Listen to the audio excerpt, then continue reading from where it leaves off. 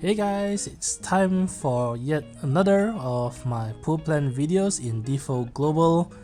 This video I'll be covering the events and banners where Leonora and Yda will be the primary featured characters. As always, I will also be including a timestamp in the video description that you can use to skip ahead to the section that you are interested in.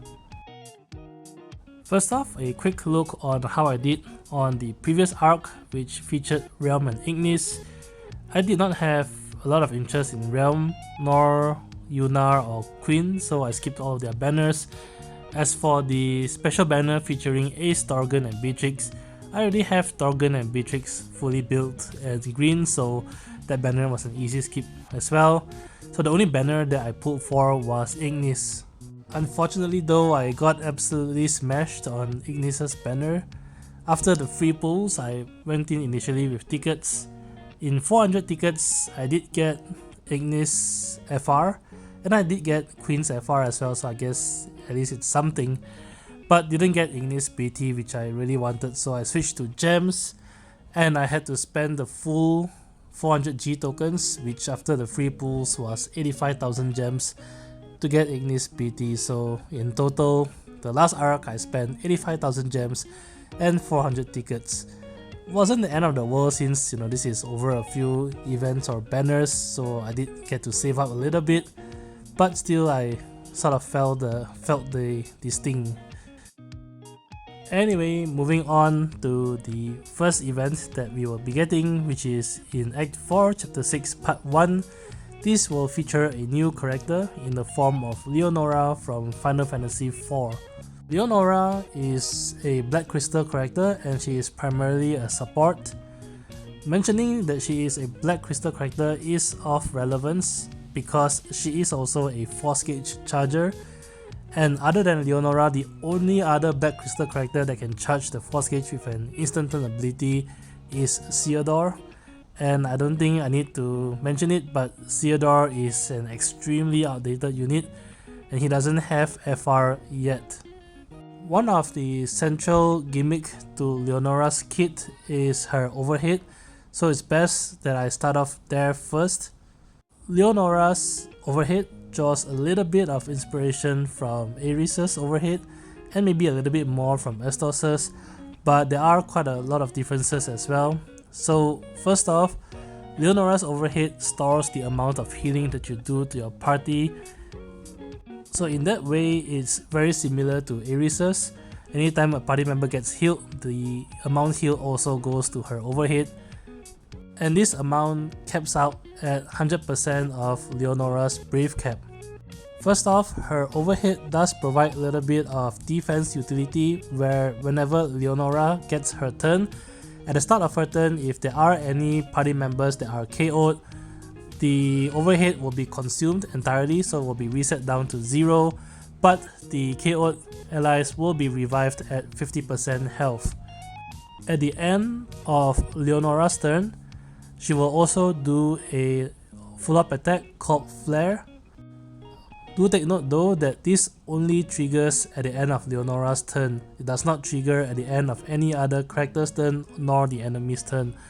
But Flare itself does an AoE full HP damage dependent on the stored value. It does 150% of the amount stored. So simplistically speaking, if Leonora has 100,000 stored in her overhead, Flare will deal 150,000 to all enemies. One thing that is, I guess, somewhat similar to Ydas is that this attack based on her overhead ignores HP damage cap.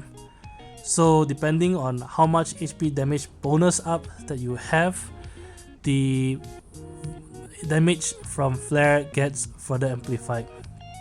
Simplistically speaking again, for example, if you have a 100% HP damage bonus, rather than 150,000 HP damage, it will now deal 300,000 HP damage to all enemies. Because of this, whenever you're using Leonora, I think it is recommended that you try to consider stacking as much HP damage up bonuses as you can, because this will have direct benefits or direct impact to her Flare often attack. Moving on to Leonora's skills, Her S1 is her Force Gauge charging ability. It is an instant and free turns, and it batteries and heals the entire party, and it also applies one of her signature buffs called Trios Teachings. All the buffs that she can grant is listed on the bottom right hand side in green, so you can review those as well.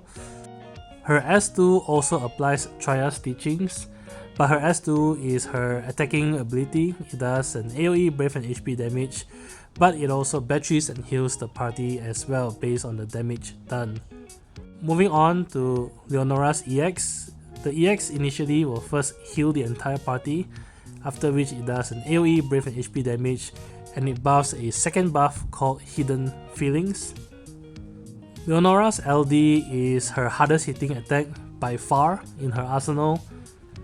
That's because it is the only attack she has that actually uses her overhit beyond her flare often attack.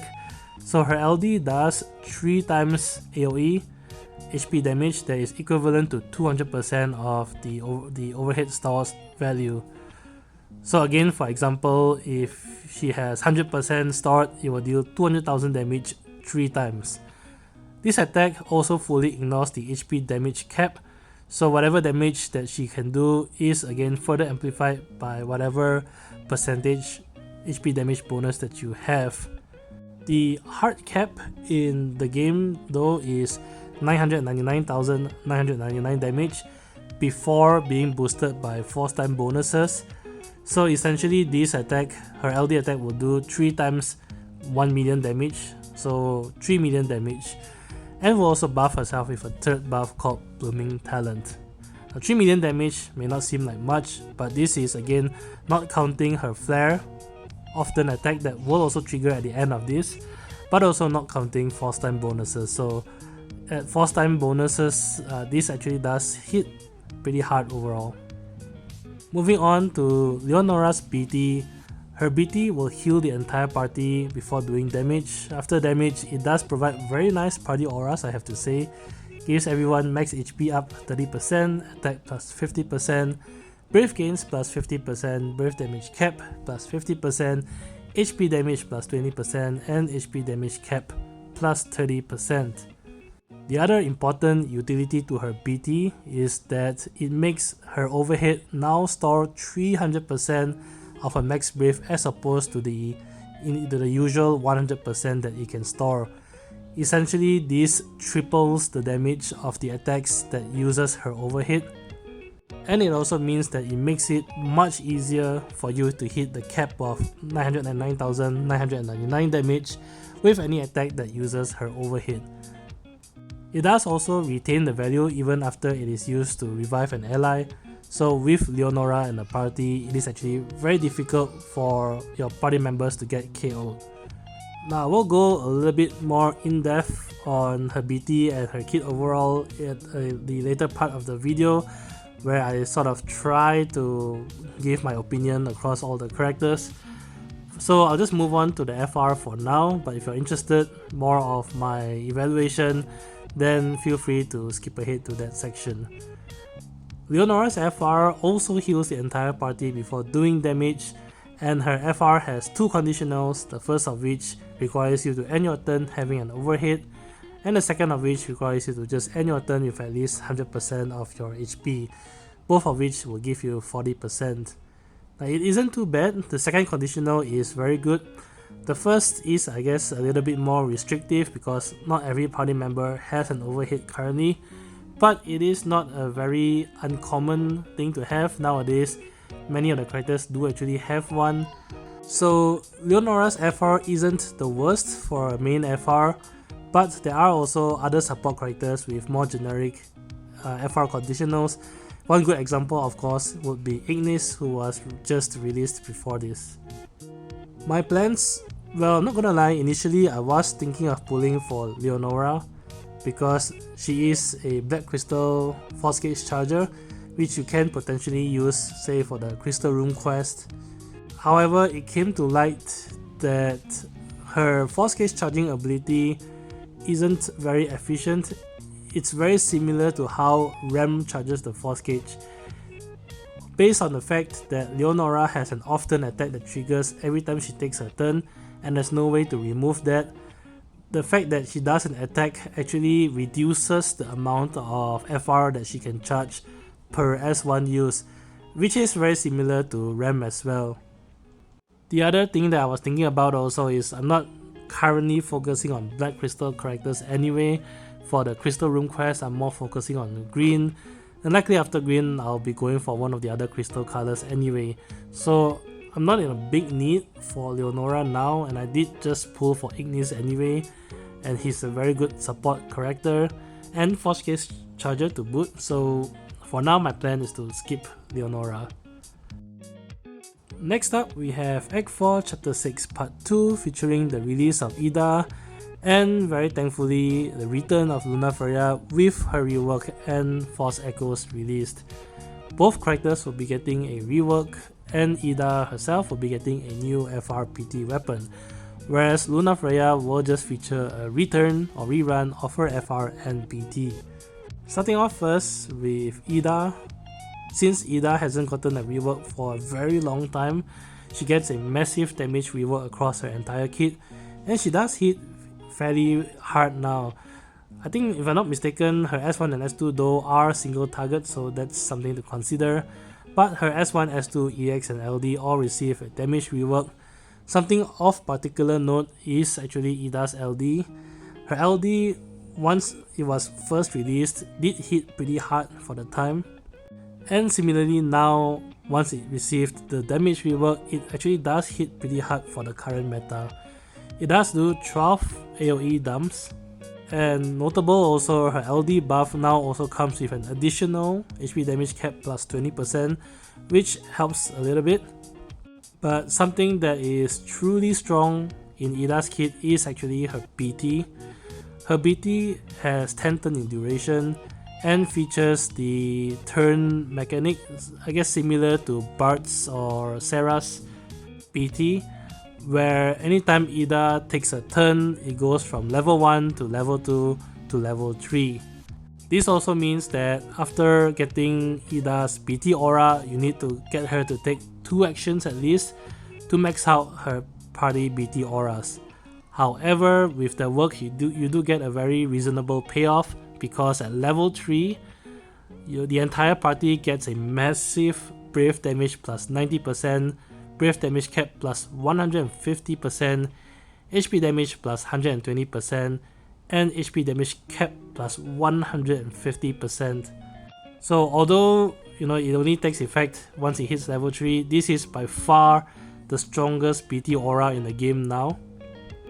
Yda's FR is also pretty okay. The first conditional gives you plus 40% whenever you do melee attack, and all of Yda's attacks are melee. The second just requires you to break or attacks a broken target, so more or less this should be a given, which gives you the other plus 40%. While you are in Yda's force time as well, if you are breaking or attacking a broken target, your attack will also get HP damage and HP damage cap plus 50%. Moving on to Lunafreya. Lunafreya gets a rework across her kit. Her S1 is already her force case charging ability, so that doesn't really change. But her S2, EX and LD all receives a damage rework. Notably, her heavy prayer now increases 3 turn in duration and features slightly better potencies. Her FR also gets a damage rework, but importantly, her conditionals for her FR also got reworked.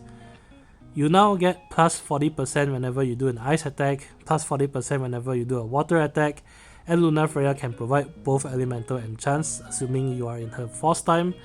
But if your attack also buffs an ally, you also get plus 20%, so potentially with Lunafreya, if you can actually do an attack which is ice and water element and that grants buffs, you can actually give plus 100% per turn. Although I guess it is a little bit difficult to fulfill all 3 at once, it really depends on which character you bring. Again, I won't go through so much about the evaluations here, I'll cover that over in the later part of the video. But my plans here is to actually go for Yda. Yda is a little bit gimmicky because the star of her kit is actually her LD, and you can really only use the LD once during your BT mode. So with Yda, if you are entering her force time and you want to do big damage, you should really try to find ways to do her LD multiple times or as many times as you can. But if you can do that, she actually does hit very hard, and that's actually something that I'm very interested to explore personally, so I do plan to pull for Ydas FRBT. Alright, so we've come to the sort of evaluation portion of the video. In this section, I will give my thoughts and opinions about the characters that are released. And in case you're thinking of which character to go for, in case you are limited in resources, I'll try my best to cover why I generally recommend some characters over the others. As always though, one big disclaimer is that this is very dependent or very biased towards my playstyle and preference, and where that comes in, I'll try my best to make full disclosure and note of it.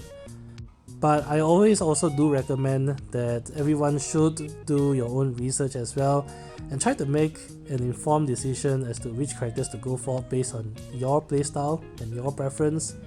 At the end of the day, every character are Shinryu viable, and I guess the only vital thing in this game is to try to get a diversified roster as much as possible, but how you want to go about it is really up to you. There's really no wrong approach to that. Generally, I split characters only across two categories. The first is what I like to call as good value category, and these are characters that are really very worth investing in just on the basis of how useful their kit is and how much return of investment you get. The second category is sort of role fulfillment, which is the characters there are still pretty good. It's really only just that depending on who you already have in your roster, you may want to skip them because you may have other characters who can do similar things as them. So first things first, you'll notice this time that I actually put Lunafreya's LD call in the good value category. In my mind, this is really the number one most broken call in the entire game, because her LD call can grant quick prayer, which gives 3 consecutive turns to other party members. And while I guess this may not seem like much, it really depends on how you approach the game, it actually makes setting up into force time and BT mode much easier. And really that's the name of the game in the current era anyway. Virtually all your damage comes from force time, so having an easier way to set up to enter a strong force time does make a big difference. And it doesn't really take a lot to get the LD call anyway, you just really need to get her LD only for that. That's why I think it's really good return of investment, and at the very least I would recommend to get Lunafreya's LD just to get access to the LD call. Now this time around, character wise, I don't think there's any character overall that fits the good value category.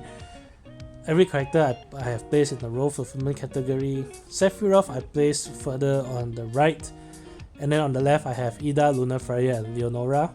They aren't placed in any particular order. Rather, I put Sephiroth far on the right because I think he's a little bit dated now. In this rerun on the banner here, he doesn't actually get a further rework as far as I can tell. And personally, I would rather go for Yda if I want a strong melee DPS rather than chasing for Sephiroth. Which brings me to Yda. Now Yda's damage is actually pretty good overall, especially if you have ways to abuse her LD. That being said, it's actually very hard to keep hitting her LD. Good thing though is she is released alongside Lunafreya, and Lunafreya can actually buff quick prayer on Yda, and Yda can then hit LD at least for 4 times in a row, which would be pretty massive. But this is kind of a situational setup, and if you don't want to go to all that trouble, or if you don't want to chase Yda's BT, then I think it's probably better to just skip Yda altogether. If you are fairly comfortable with the DPS in your roster, I don't really see a need to go for Yda at this point of the game. Speaking of Yda's BT also, Yda is one of those characters that I feel if you really want to use, you really need to get her BT. Or put conversely, if you don't plan on pulling for Yda's BT, then I think it's actually better to just skip Yda altogether. Without her BT, She loses out a lot in the fact that her BT gives everyone 150% HP damage cap up, and a lot of Yda's big numbers comes from the fact that she skyrockets the HP damage cap in her first time, and with a BT aura at level 3 alone, that's already 200% HP damage cap up. Lunafreya really holds a lot of potential, and to me she's one of those underrated characters in the game. Being able to give party members quick prayer is actually pretty strong.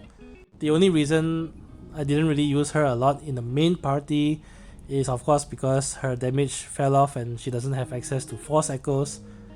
Now that she has, it might be a very different thing altogether. Of course, you don't have to use her quick prayers, you can just go multiple rounds and set up that way. But it's more my playstyle that I kind of like having the utility of quick prayer up, makes setting up much easier. And that kind of utility, granting allies free consecutive turns, is still pretty uncommon in this game. And if that is something that you are interested in, then Lunafreya is a great pick. But if you generally don't really care for that kind of utility, then there's really not a lot of point going for Lunafreya. Regarding Lunafreya's BT, I would recommend to pick it up if you want to use her.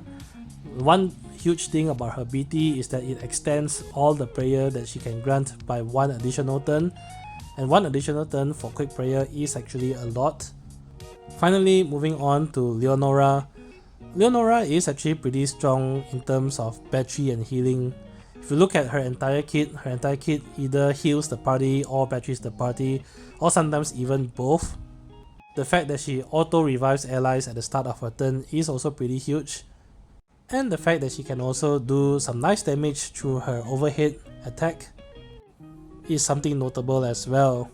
There's really a lot going for Leonora, but to me, the value really depends on how much of the kit will you actually use. For example, it's not very often that party members get KO'd anyway, so in most fights you won't even notice her ability to revive allies. Her healing is good, but to me it's really overkill. I don't really see a need to get that much healing from one character. In most fights, nowadays it's over before the boss can even do anything, and at most you really only need to heal once or twice. But I suppose if you are fairly new to the game and you want to have a character that can make mistakes a bit more forgiving, then Leonora really fits that kind of bill. With Leonora, you I guess can let yourself make a bit more mistakes trying to learn the fight or learn the game, and she can still support your team to recover from those mistakes. It's really just based on my playstyle. I don't place a lot of value on her healing, her revive, and while her overhead ignoring HP damage caps is a cool gimmick, I don't think it's enough to warrant pulling for. If her force case charging ability is able to charge per your average force case charging and not get less efficient due to her flare full up attack, then I would have pulled for her. But the fact that she can't charge as much because she does a full up attack at the end of her turn is kind of like a disappointment. In that scenario, then I would usually just bring someone else to charge my force gauge, which would then mean that it's very unlikely that I will use Leonora all that much. You can kind of appreciate though that is more a personal thing, and this is one of those characters where you have to consider for yourself whether or not you make much use of her utility. One of the questions though I think many people will ask is, do you need Leonora's BT? Not counting the nice auras that the BT has, but every BTs have auras. The one thing about Leonora's BT is that it does make it easier for her to hit the 999 damage with her flare full up attack. But the keyword there is easier. Her BT doesn't actually make her overhead ignore HP damage caps. She already has that inherent in her kit, which means that even without the BT, assuming you stack enough HP damage up effects, you can still hit the maximum 999 damage from her overhead attacks. The BT does make it significantly easier though, but if you're really bringing Leonora only for the support, heals and battery, and you're not too fast about her overhead attack, then she can actually function very well even without her BT. Whether or not the BT is worth it for you in order to hit higher damage from her overhead attacks is an individual decision to make as well. So that's the end for this pool plan video. In summary, I plan to skip Leonora. I do plan to chase Ydas, FR and BT, and I am really very happy that Lunafreya finally receives a rework and her Force Echo ability. Till then, I'll catch you guys in the next pool plan video, and if the video did help, do leave a like, comment and subscribe. See ya!